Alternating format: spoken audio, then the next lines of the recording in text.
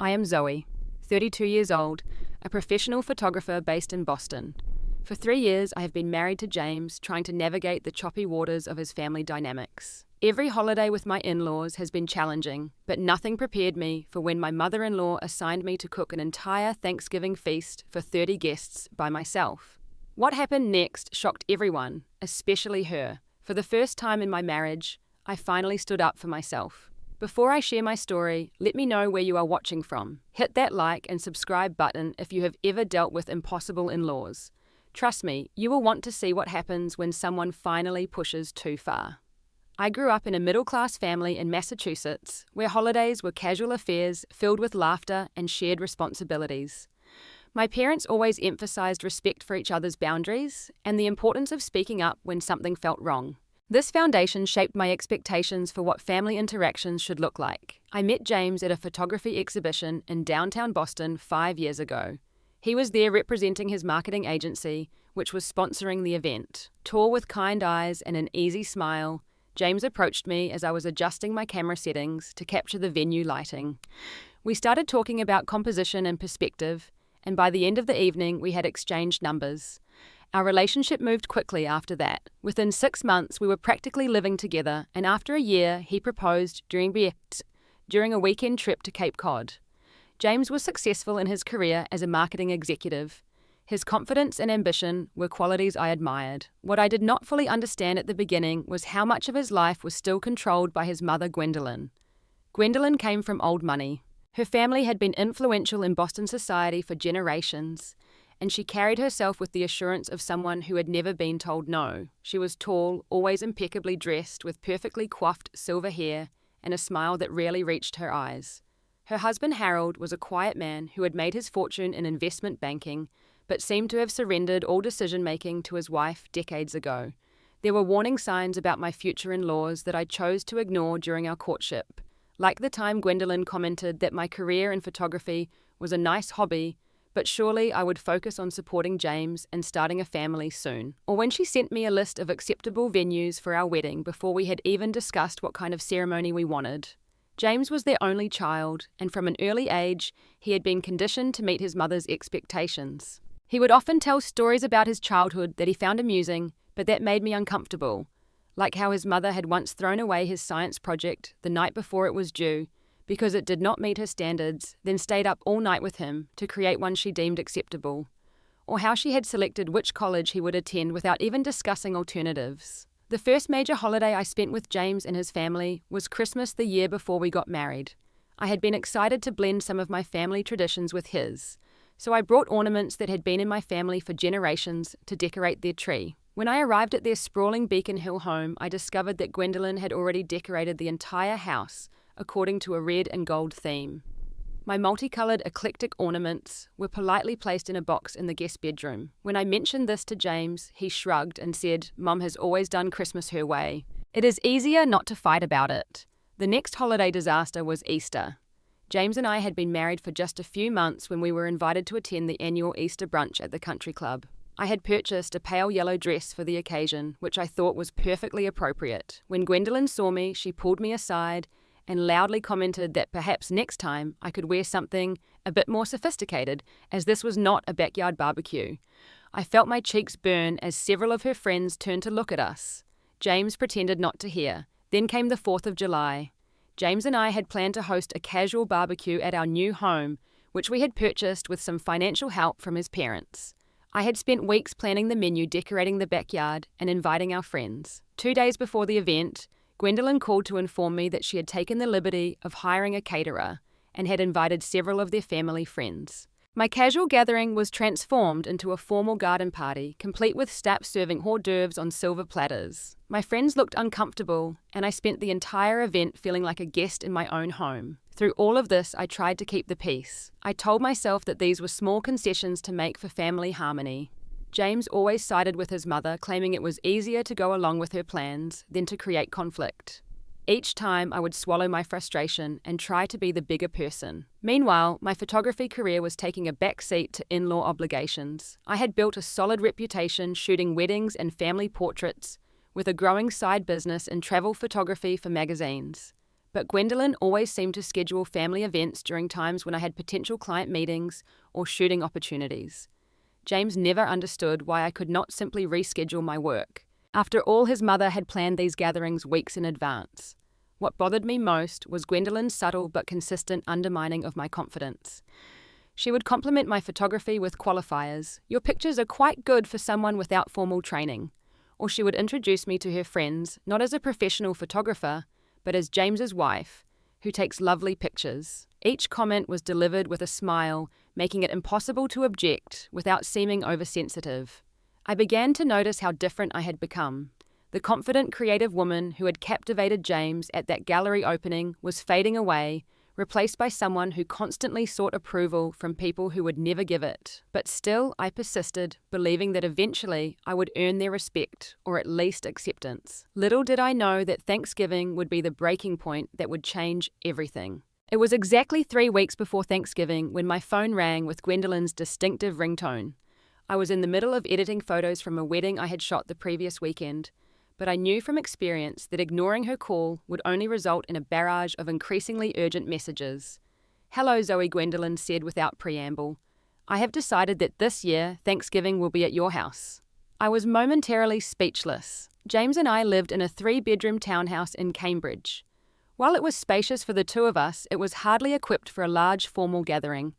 Before I could form a response, she continued, "I have invited the usual family plus some important connections of Harold's from the bank and a few friends who will be in town for the weekend. It will be about 30 people in total." 30 people, I finally managed to say. "Gwendolyn, I am not sure our house can accommodate that many guests." "Nonsense," she replied dismissively. "You have that lovely open concept living and dining area. We will simply need to rent tables and chairs. I have already contacted my usual rental company. They will deliver everything on Wednesday." My mind was racing trying to calculate the logistics. Our dining table comfortably seated 6'8" if we were cozy. Even with rented tables, the space would be incredibly tight. And then there was the matter of cooking for that many people in our modestly sized kitchen. As if reading my thoughts, Gwendolyn said, "I am emailing you my preferred Thanksgiving menu. It is what we have always served and the family expects it. The classics you know, but with a few special touches." Within minutes, my inbox pinged with her email. I opened it to find not just a menu, but a detailed 15-page document, including recipes, preparation timelines, and even suggestions for appropriate serving dishes. There were 5 appetizers, 3 different preparations of turkey, 7 side dishes, 4 types of bread, and 6 desserts.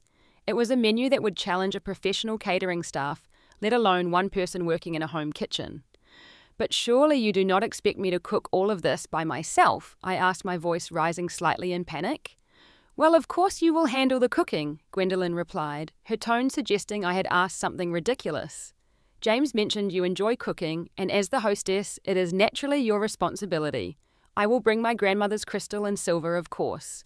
Some things are too precious to trust to just anyone." Throughout the call, she peppered in helpful tips that were thinly veiled criticisms. Make sure you use fresh herbs, not those dried things in jars. The turkey must be free-range and organic from that specialty butcher in Beacon Hill, not your local supermarket. Remember that Harold's cousin Martin is allergic to shellfish, so be careful with cross-contamination. By the time we hung up, my head was spinning. I immediately called James at work, hoping he would help me reason with his mother.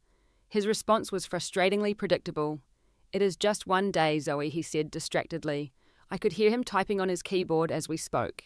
"You know how important traditions are to Mum. It will make her happy to have everyone at our place this year. But 30 people, James, and this menu is impossible for one person," I protested. "You are exaggerating," he said with a sigh. "Mom has been doing Thanksgiving dinner forever. She knows what works. Just follow her instructions and it will be fine." As the days passed, my anxiety grew. I made a shopping list based on Gwendolyn's menu and was shocked when I calculated the cost. We would need to spend over $800 just on groceries. When I mentioned this to James, he shrugged and said it was a special occasion. Gwendolyn called daily to check in on my preparations. Had I ordered the turkey yet? Was I planning to make the cranberry sauce this weekend and freeze it as she had suggested? Did I have enough matching place settings, or should she bring extra? Each call left me feeling more inadequate and overwhelmed. A week and a half before Thanksgiving, I tentatively suggested that we might consider having part of the meal catered.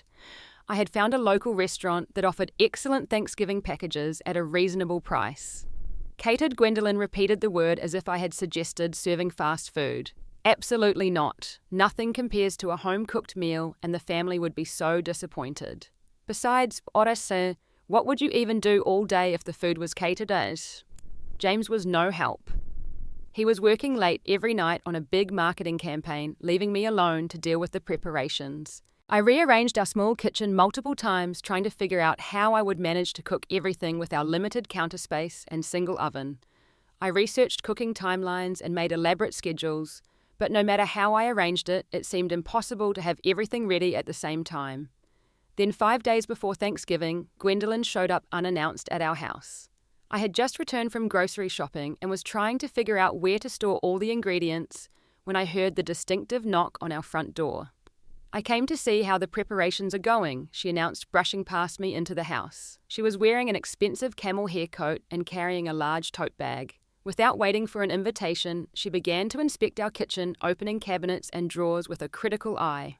"Oh dear," she said, frowning at my carefully organized pantry. "This simply will not do. Your spices are not alphabetized, and you have stored the baking ingredients next to the savory ones. No wonder your cooking has been inconsistent." Before I could stop her, she had emptied our pantry onto the counter and was rearranging everything according to her system.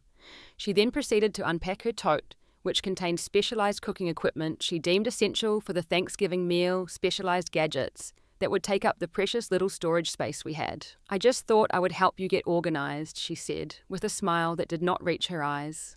After all, we cannot have any mishaps on the big day. When I told James about his mother's invasion of our kitchen later that night, he minimized my frustrations. "That is just how Mom is," he said, not looking up from his laptop. "She likes things done her way. Consider yourself lucky she used to make me rearrange my entire room if one thing was out of place." His response made me realize something important: this pattern would never end. If I gave in now, every holiday, every family gathering, possibly even our everyday lives would be subject to Gwendolyn's control and criticism, and James would never stand up to her. That night, I lay awake staring at the ceiling, wondering how I had allowed myself to be cornered into this situation. I loved James, but I was beginning to question whether our marriage could survive his inability to set boundaries with his mother. More importantly, I was beginning to question whether I could survive it. The breaking point came exactly 1 week before Thanksgiving. I was at my photography studio editing photos when my phone rang. It was Sylvia, a travel magazine editor I had worked with occasionally over the past few years. "Zoe, I need a huge favor," she said without preamble. Our regular photographer had to back out of an assignment in Bali. "We need someone to leave next Wednesday and shoot a luxury resort for their holiday issue. 6 days on location, all expenses paid plus your regular fee. I know it is last minute, but you were the first person I thought of." My heart raced with excitement before immediately sinking. Next Wednesday, the day before Thanksgiving. Impossible. But the thought of escaping to a tropical paradise instead of facing Thanksgiving hell was incredibly tempting. "I wish I could, Sylvia," I said reluctantly, "but I am hosting Thanksgiving for my husband's family. 30 people. 30. Sylvia sounded shocked. "You are cooking for 30 people?" "Apparently so," I replied, trying to keep the bitterness out of my voice. "Well, if anything changes, let me know," she said. "The offer stands until tomorrow. We need to book flights." After hanging up, I sat staring at my computer screen, not really seeing the wedding photos I had been editing. What if I did go? The thought appeared in my mind unbidden and refused to leave. That evening, I tried to discuss the opportunity with James. We were in the kitchen, me preparing yet another item from Gwendolyn's Thanksgiving prep list, while he sat at the island with a glass of wine, still answering work emails on his phone. "James, something came up today," I began cautiously. "A travel photography opportunity in Bali." "That is nice," he replied absently, still typing on his phone. "It is next week," I pressed. "They want me to leave on Wednesday." That finally got his attention. Wednesday, as in the day before Thanksgiving, he looked up, his expression incredulous. "You cannot be serious. It is a great opportunity," I said, trying to keep my voice steady. "A luxury resort, 6 days of shooting." "Absolutely not," James said, firmly putting down his phone. "We have 30 people coming here for Thanksgiving. My mother has been planning this for weeks. You cannot just abandon your responsibilities." "My responsibilities," I repeated, feeling a flush of anger. When did I agree to cook an entire Thanksgiving feast for 30 people by myself? "When you married me," James snapped. "Family comes first, Zoe. You know how important these traditions are to my mother. What about what is important to me? I asked, my voice rising. My career, my sanity. It is just one day, James said dismissively. You can take photographs anytime. That comment ignited something in me. It is not just one day, I replied. It is every holiday, every family gathering. Your mother controls everything and you let her. When do I get to make decisions about our life? The argument escalated quickly, revealing issues in our marriage that had been simmering beneath the surface for years. In the heat of the moment, James admitted something that stunned me. I told Mum we would give her the perfect Thanksgiving, he said. I promised her you would handle everything exactly the way she wants it. You promised. Without even asking me, I was incredulous. I knew you would make a big deal out of it, he defended. It was easier this way. Easier for whom, I asked bitterly. Before James could answer, his phone rang. It was Gwendolyn. He answered immediately, turning away from me as if our argument was already forgotten. Hi, Mum, he said, his voice instantly transforming into the dutiful son. Yes, everything is on track for Thanksgiving. I watched him nod and agree as Gwendolyn apparently informed him that she was adding 4 more people to the guest list. Not once did he question or object. When he hung up, he turned to me with an expectant look. Mum says to make sure you prepare enough extra food. Her friends from the symphony board will be joining us now. I stared at him, unable to believe what I was hearing. 4 more people. Does she think food just appears by magic? It is not a big deal, James said with a shrug. Just make larger quantities. Later that night, I suggested a compromise. If he was determined that we host this Thanksgiving extravaganza, perhaps he could help with the cooking. James looked startled by the suggestion. I do not cook, you know that. You could learn, I pointed out. We could do it together. I have an important client meeting on Wednesday that will probably run late, he said quickly. Besides, Mum expects your cooking. She has been telling everyone about it. I realized then that James had no intention of sharing this burden. In his mind and in his mother's, this was entirely my responsibility as the wife. My frustration reached new heights when at midnight my phone pinged with a text from Gwendolyn. It was a long message critiquing the menu plan I had sent her earlier, suggesting numerous changes and additions. Looking at the new demands, I calculated that I would need to start cooking at 4 a.m. on Thanksgiving morning to have any chance of having everything ready by the 3 p.m. serving time she had dictated. I lay awake that night, staring at the ceiling as James slept peacefully beside me. How had I allowed myself to become this person, someone who would sacrifice her own happiness and career to meet the unreasonable demands of people who showed no appreciation for the effort? As I tossed and turned, I remembered who I used to be before I met James. I was confident, assertive, passionate about my work. I had travelled to 12 countries for photography assignments. Magazines had published my work. Clients respected my artistic vision. When had I started to lose myself? The next morning, I made one last attempt to establish some boundaries. I suggested to James that perhaps we could simplify the menu or ask guests to bring side dishes. His response was immediate and dismissive. Mum would be humiliated, he said. That is not how our family does Thanksgiving. When I pushed back, pointing out that the expectations were unreasonable, he accused me of being selfish and unappreciative of his family's traditions. That was when I knew that nothing I said would make a difference.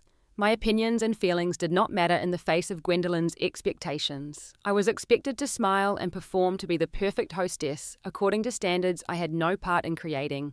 And for the first time, I began to seriously consider Sylvia's offer. That evening, while James was working late, I found myself looking through old photographs in my home office. Images from trips I had taken before I met him, portraits I had shot when I was first building my business. I saw myself in some of these photos looking carefree and confident, with a spark in my eyes that I hardly recognized anymore. One photo in particular caught my attention. It was a self-portrait I had taken in Iceland 3 years before meeting James. I was standing beside a waterfall, camera in hand, hair wild in the wind with an expression of pure joy on my face. I remembered that moment, the feeling of complete freedom and self-determination. What had happened to that woman? Where had she gone? In that moment, staring at my past self, I made my decision.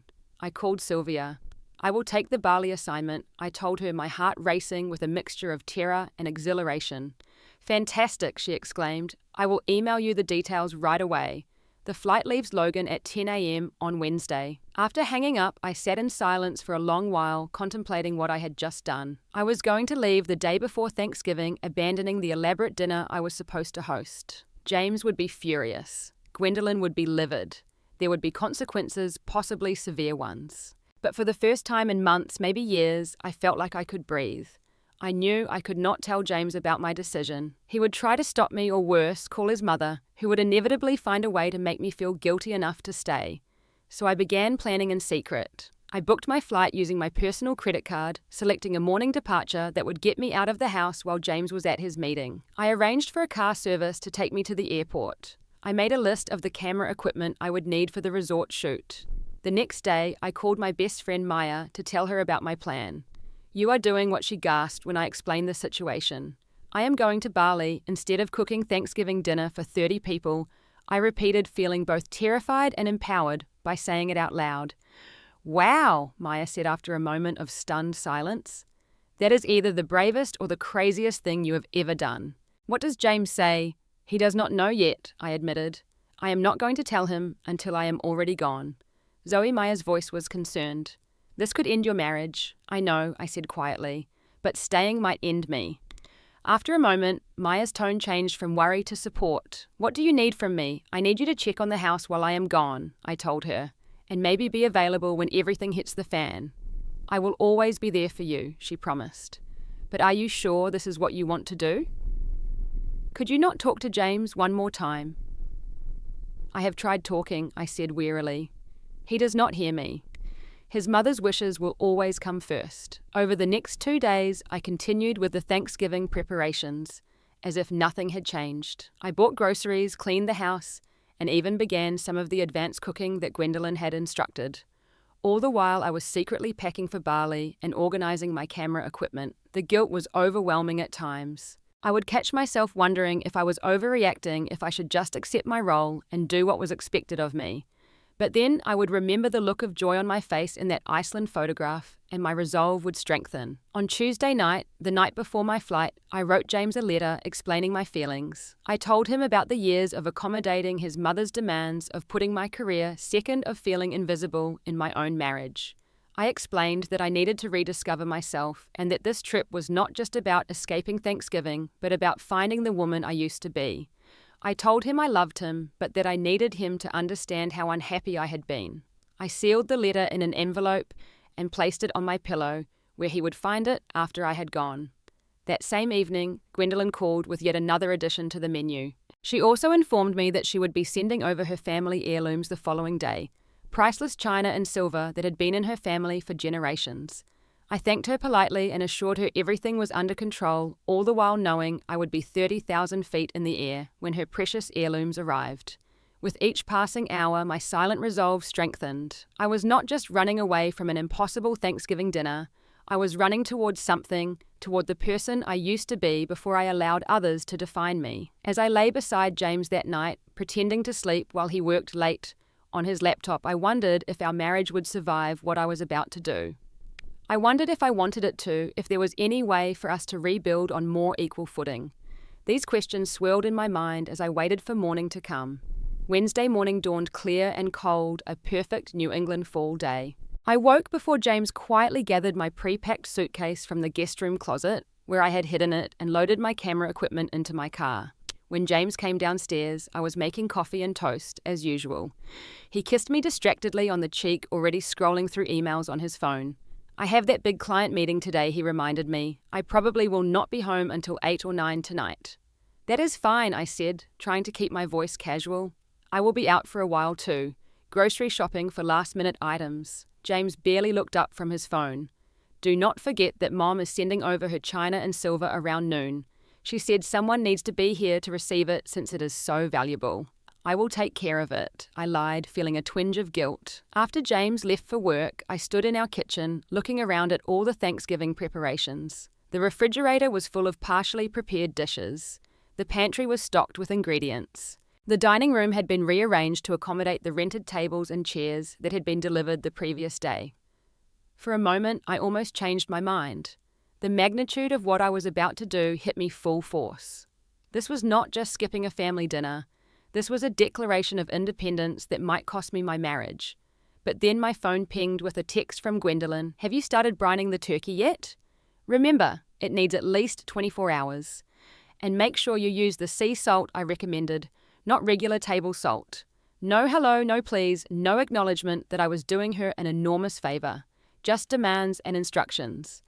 In that moment, my resolve returned stronger than ever. I grabbed my purse, took one last look around our home, and walked out the door. The drive to the airport felt surreal, as if I was watching someone else make this bold, possibly relationship-ending decision. Tears streamed down my face as I navigated the morning traffic, but they were not entirely tears of sadness. There was also relief and a strange sense of triumph. At the airport, I checked in for my flight and proceeded through security in a daze. As I sat at the gate waiting to board, I turned my phone to airplane mode, not wanting to see the inevitable barrage of calls and texts that would start once Gwendolyn realized no one was home to receive her precious heirlooms. Boarding the plane felt like crossing a threshold. Each step down the jetway took me further from the life where I was simply an extension of James and his family, and closer to rediscovering who I really was. As the plane accelerated down the runway and lifted into the sky, I felt a weight lifting from my chest. For the first time in years, I was making a decision solely for myself. The journey to Bali was long, with layovers in Los Angeles and Tokyo. It gave me plenty of time to think, to question, to worry, and ultimately to affirm my decision. When I finally landed in Denpasar, nearly 24 hours later, I turned my phone back on and braced myself for the fallout. The notifications flooded in immediately. 12 missed calls from James, 8 voicemails, 27 text messages, 5 missed calls from Gwendolyn, and 3 voicemails from her. Even Harold had called twice, which was unprecedented. I listened to the voicemails in chronological order, hearing the evolution of James's reaction. The first was confused Zoe. "Where are you? Mum's driver is at our house with the china and no one is answering the door." Then came anger. "I cannot believe you would do this. Call me immediately." Then panic. "Please tell me you are okay. If this is some kind of emergency, just let me know you are alive." Finally, there was cold fury. "I found your letter. I cannot believe you would humiliate my family like this. Do not bother coming home until you are ready to apologize to everyone, especially my mother." Gwendolyn's messages were predictably dramatic. The first accused me of being irresponsible and thoughtless. The second detailed the inconvenience I had caused and the embarrassment to the family. The third was a masterpiece of passive aggression, expressing concern for my mental health, since clearly only someone deeply disturbed would abandon their family responsibilities in such a manner. As I scrolled through the text messages, I saw that news of my disappearance had spread quickly through James's family. His cousin had texted to ask if I had really abandoned Thanksgiving. His aunt wondered if we were getting divorced. Even his father had sent a brief message asking if I was safe. The most recent text was from James, sent just an hour before I landed. "How could you do this to my family, not our family, not to me, to my family?" That single phrase confirmed that I had made the right decision. There was also a text from Maya with screenshots of social media posts from James's relatives discussing the situation with varying degrees of shock and disapproval. But there was one comment that caught my eye from James's usually quiet aunt Patricia. "Sometimes it takes drastic action to be heard. Wishing Zoe peace wherever she is." Despite the digital storm, I felt strangely peaceful as I checked into the beautiful resort that would be my home and workplace for the next 6 days. My room overlooked the Indian Ocean with a private balcony and infinity pool. It was the kind of luxury I had only photographed for others, never experienced myself. That night, I turned off my phone completely and sat on the balcony watching the sunset over the ocean. There would be consequences to face eventually, but for now I allowed myself to simply exist in this moment of freedom, rediscovering the woman who had once stood fearlessly beside an Icelandic waterfall, camera in hand and joy in her heart. 6 days in Bali passed like a beautiful dream. I immersed myself in my work photographing the resort's stunning architecture, lush gardens, and pristine beaches. For the first time in years, I felt fully engaged with my craft, experimenting with angles and lighting without worrying about anyone else's expectations. In the evenings, I allowed myself to simply enjoy the experience, dining on local cuisine, walking on the beach, and even making friends with other travelers. I checked my phone only once a day, usually seeing several missed calls from James, but fewer as the days went by. I responded only to Maya, assuring her I was safe and happy. But reality could not be postponed forever. As my assignment came to an end and my return flight approached, the anxiety I had managed to keep at bay began to resurface. I had no idea what awaited me back in Boston. My flight landed at Logan Airport on a Wednesday evening exactly 1 week after I had fled. The temperature had dropped considerably in my absence, and I shivered as I waited for my Uber outside the terminal. I had decided not to tell James I was coming home. I needed to face whatever came next on my own terms. The driver took me to Maya's apartment rather than my house. I had arranged to stay with her temporarily, not knowing what state my marriage might be in. "Did you see James at all while I was gone?" I asked Maya after she had welcomed me with a fierce hug. She nodded grimly. "He came by the day after Thanksgiving, demanding to know if I had helped you plan your escape." "I am so sorry," I said, feeling guilty for involving her. "Do not apologize," Maya replied firmly. "I told him you did what you needed to do, and that if he wanted to understand why he should read your letter again, this time without his mother's voice in his head." The next morning, I finally called James. The conversation was brief and tense. He told me he was at our house and asked me to come over to talk. When I arrived, my stomach dropped. James's car was in the driveway, but so was his mother's Mercedes and his father's BMW. I had expected a conversation with my husband, not an ambush. For a moment, I considered turning around and leaving, but I steeled myself and walked to the door. This confrontation had been inevitable from the moment I boarded that plane. James opened the door before I could even knock. His expression was unreadable as he stepped back to let me in. In our living room sat Gwendolyn and Harold like judges awaiting a defendant. Gwendolyn did not waste time with pleasantries. So she said coldly, "You decided to finally return after abandoning your family during an important holiday." I remained standing, unwilling to position myself lower than them on our sofas. "Yes, I am back," I said simply. "Do you have any idea," Gwendolyn continued, her voice trembling with what seemed like carefully rehearsed emotion, "how humiliated we were? I had to call every single guest to cancel. I had to explain that my daughter-in-law had simply disappeared." I remained silent, which seemed to infuriate her more. "We had to eat takeout for Thanksgiving dinner," she said, as if describing a tragedy of epic proportions. Takeout, after I had spent weeks planning the perfect menu. "I am sorry you were inconvenienced," I said evenly. "Inconvenienced," Gwendolyn's voice rose. "You embarrassed this entire family. What will people think?" I was about to respond when, to my surprise, Harold spoke up. "Gwendolyn," he said quietly, "perhaps we should listen to Zoe's side of the story." His wife turned to him in shock. Her side. She abandoned her responsibilities. Gwen Harold interrupted, firmer now. "I think we have done enough talking over people for one lifetime." I was as surprised as Gwendolyn by this unexpected support. Harold had always been the silent partner in their relationship, acquiescing to his wife's every demand. James was watching this exchange with a strange expression, somewhere between confusion and dawning realization. I could see him struggling with the unfamiliar dynamic of his father standing up to his mother.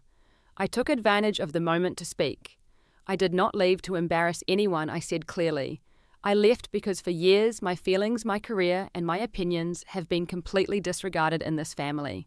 I was expected to take on an impossible task without help or consideration, because that is just how things are done. James started to speak, but I held up my hand. I was not finished. I have spent 3 years trying to fit into this family by erasing myself. I have given up career opportunities, changed my appearance, my home, and my lifestyle to meet expectations that keep changing. And still, it is never enough. Gwendolyn's face had turned an alarming shade of red. "How dare you speak to us this way, in your own home, in my home," I emphasized, my home, where I should have some say in what happens. James finally found his voice. "Zoe, I had no idea you felt this way." I turned to him incredulous. "I wrote you a 5-page letter explaining exactly how I felt. I have tried to talk to you about this countless times. I know, but I thought you were just being..." He trailed off, seemingly unable to find the right word. "Difficult," I suggested. "Oversensitive." "Those are your mother's words, James, not yours."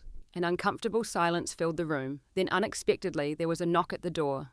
James went to answer it, and I heard a familiar voice in the hallway. "I hope I am not interrupting," said James's Aunt Patricia as she entered our living room. I was in the neighborhood and thought I would check if Zoe was back. Patricia was Gwendolyn's younger sister, a quiet woman who usually kept to herself during family gatherings. I had always sensed a kindred spirit in her, someone else who felt marginalized in family dynamics. "Patricia, this is hardly the time for a visit," Gwendolyn said sharply. Patricia ignored her sister and came directly to me, taking both my hands in hers. "I am glad you are home safe," she said warmly, "and I want you to know that not everyone in the family thinks you did something wrong." I was touched by this unexpected show of support. "Thank you," I said softly. In fact, Patricia continued, turning to face her sister. "Several of us have been waiting years for someone to finally stand up to you, Gwendolyn." The room went completely silent. Even Harold looked shocked. "What are you talking about?" Gwendolyn demanded. "I am talking about how you have controlled and criticized everyone around you for decades," Patricia said calmly. "How you have made every holiday a test that nobody can pass. How you have driven away partners who did not meet your impossible standards." James was listening intently, his expression shifting as his aunt spoke. I could see him processing this new perspective, perhaps hearing, for the first time, that his mother's behavior was not normal or acceptable. "Is that true?" he asked, looking around the room. "Have others felt this way?" Harold nodded slowly. "Your mother means well, James, but Patricia is right. Gwendolyn's need for control has affected many relationships in this family." Gwendolyn looked genuinely shocked, as if she had never considered that her behavior might be problematic. "I have only ever wanted what is best for this family," she insisted. "I maintain our traditions and standards." "At whose expense?" I asked quietly. The conversation continued for hours with revelations that shocked everyone, especially James. Patricia shared stories of family members who had gradually withdrawn from gatherings because of Gwendolyn's controlling behavior. Harold admitted that he had enabled his wife by never standing up to her, and James began to see patterns in his own childhood that had shaped his inability to set boundaries. By the end of that difficult day, no easy resolution had been reached. Gwendolyn remained defensive, unable to fully acknowledge her role in the family dysfunction, but something fundamental had shifted. The unspoken rules that had governed this family for decades had finally been named and questioned. As his parents were leaving, I pulled James aside. "We need to talk about what happens next," I told him. He nodded, looking exhausted but somehow more present than I had seen him in months. "Yes, we do. I am not coming home yet," I said firmly. "I need time to think, and I need to know that things will be different if I do come back." Instead of his usual quick acquiescence to keep the peace, James took a moment to consider my words. "I understand," he finally said. "And I have some thinking to do, too." As I watched him close the door behind his parents, I realized that regardless of whether our marriage survived, something important had happened. For the first time, the truth had been spoken aloud, and there was no going back to the way things had been before.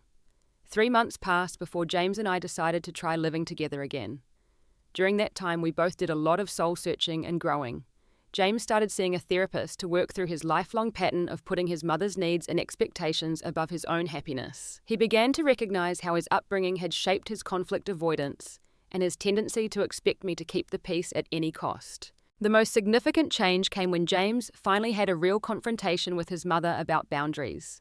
I was not present for the conversation, but he recounted it to me afterward. He had gone to his parents' house alone, determined to speak his truth. For the first time in his adult life, he told his mother that her controlling behavior had damaged their relationship and threatened his marriage. He laid out clear boundaries for the future. She would not make decisions about our household, our holidays, or our lives without consulting both of us and respecting our answers. Gwendolyn's response was predictably defensive. She accused him of being ungrateful and manipulated by me. She cried and reminded him of all she had sacrificed for him. She attempted every manipulation technique that had worked in the past. But this time James held firm. He told me later that he kept picturing me boarding a plane to escape his family, and he knew that if he did not change, he would lose me completely. Harold surprisingly became an ally in this new family dynamic.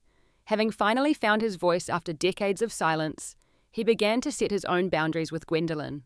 He insisted they attend marriage counseling together, and while progress was slow, there were small signs of change. Meanwhile, I focused on rebuilding my photography career and rediscovering my own identity outside of my marriage. The Bali assignment had led to more travel opportunities, and I found myself feeling creatively inspired again. I reconnected with photographer friends I had lost touch with, and even held my first gallery showing in years. James and I met regularly on neutral ground, usually at a quiet cafe halfway between his parents' house, where he had temporarily moved, and Maya's apartment. We talked honestly about what had gone wrong in our marriage, and what we each needed to feel respected and valued. We also started seeing a marriage counselor who specialized in family dynamics and boundary issues. She helped us develop strategies for communicating more effectively and standing together as a team when faced with external pressures. By the time spring arrived, we felt ready to try living together again, this time with a new understanding and respect for each other's needs and boundaries. The real test came the following November as Thanksgiving approached again. This time we made decisions together about how we wanted to celebrate the holiday. We opted for a small gathering, inviting only Maya, Patricia, and a few close friends. James personally called his mother to inform her of our plans. Gwendolyn was initially resistant, insisting that Thanksgiving was a family holiday that should be celebrated together. But when James gently reminded her of the new boundaries we had established, she reluctantly accepted our decision. She and Harold hosted their own Thanksgiving for the extended family. To my surprise, on Thanksgiving morning, Gwendolyn called not to criticize or question our plans, but to wish us a happy holiday. It was a small gesture, but it signified a shift in her approach to our relationship. Our own celebration was everything I had always wanted a holiday to be: relaxed, joyful, with everyone contributing to the meal and the conversation. I made a few traditional dishes, but we also ordered some items from a local restaurant, something that would have been unthinkable a year earlier. As we sat around our table, I looked at James and saw a different man than the one I had married. He was more present, more authentic, less anxious to please everyone but himself. He caught me watching him and smiled, reaching for my hand under the table. Later that evening, after our guests had left, we sat on our porch with glasses of wine looking at the stars. "I never thought I would say this," James said, "but I am thankful you got on that plane last year." I squeezed his hand. Me too. The journey had been painful but necessary. I had learnt that sometimes walking away is the only way to be heard. That standing up for yourself can inspire others to find their voice too. That healthy relationships require honesty even when the truth is uncomfortable. Most importantly, I had learned that it is never too late to reclaim yourself, to remember who you were before you began shrinking to fit someone else's expectations. That Thanksgiving, I was truly thankful not for the perfect table settings or elaborate menu that Gwendolyn had always insisted upon, but for the courage to break free from patterns that were diminishing me, for the painful honesty that had led to genuine growth, and for the renewed relationship that was now built on mutual respect rather than accommodation. As I look back on that journey, I wonder how many others are caught in similar patterns, sacrificing their own happiness to meet impossible expectations. If my story resonates with you, know that it is never too late to set boundaries and reclaim your life. The consequences may be difficult, relationships may be tested, but the freedom that comes from living authentically is worth the risk. Have you ever had to make a difficult choice between keeping the peace and standing up for yourself? Share your experience in the comments below. And if this story helped you in any way, please hit like and subscribe to hear more stories about finding courage in difficult situations. Remember, sometimes the most loving thing you can do for yourself and others is to break the patterns that keep everyone stuck. Thank you for listening, and may you find the strength to board your own metaphorical plane when necessary.